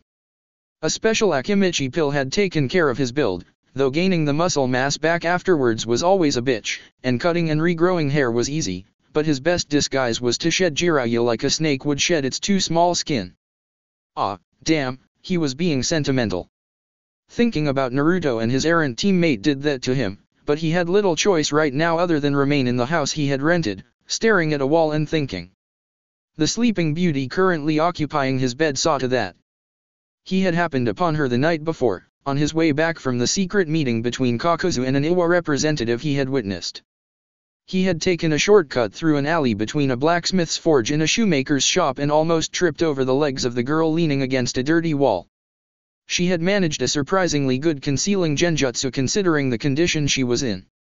His first thought had been that she had picked a foolish place to drink, and the second thought had been, oh shit. She was pretty enough, Jiraiya supposed, in the girl next door kind of way. Her hair had been dark in the shadows of the alley, her lips red with her own blood and her skin white like a woman's who is suffering from severe blood loss. When he had been frozen in indecision just for a second, she had opened her eyes and seen Jiraiya. That was fairly shocking. Jiraiya took no pains to deny his many talents. What good was sundial in a shade? But one of those talents was to hide his talents, to become one with the shade and become as inconsequential as a mass-produced clay pot. Jiraiya never used henge or genjutsu when infiltrating a hidden village if he could avoid it, never. Only Konoha had Byakugan, unless those unconfirmed rumors about one Jonin and Kiri turned out to be true, but there were always chakra techniques, jutsu, hidden seals in all important buildings. All ninja had good eyes and a serving of professional paranoia, or they were soon dead ninja. He would shed muscle mass with a pill, cut and dye his hair and use makeup to carefully cover his tattoos, and Tsunade Hime said that the time spent in geisha houses was time wasted. It wasn't uncomplicated to make convincing physical changes, but those couldn't be seen through. But the girl hadn't looked at his hair, his skin, his bulk, or even the attitude he had projected. She had looked at the bone structure of his face and her eyes had brightened with recognition. Jiraiya had been about to finish her when she had whispered, "Jiraiya of the Sunin. Good, tell Deidara, or he'll, bad things." And promptly fainted after. He had taken her with him and dressed her wounds just for that. Jiraiya had good instincts, but it didn't take a spy genius to figure out that when a woman wearing an Iwa headband was found bleeding in an alley, happy to see a Sunin in her village and rambling about the much-speculated Chuchi Kage candidate, something was afoot. If only she would wake up so he could get to asking questions. She had barely twitched in over 20 hours. "Don't you think it's time to wake up, lady?" Jiraiya asked her. This was when the sky itself seemed to explode. The boom was huge, like a whole mountain had broken in half. It was more than mere noise. The floor trembled under Jiraiya's feet and he could feel the sound at the roots of his teeth. The echoes bounded off the mountain faces and stone walls outside like cracks of thunder. Jiraiya was out of the window and up on the roof in under 3 seconds, and the sight that lit the Iwagakure night made his jaw drop. The Chuchi Kage's tower had been covered in a cloud of fine stone dust, lit reddish and burnt yellow by the flames consuming it. That's it for part 3. Thank you for watching and see you on the next video.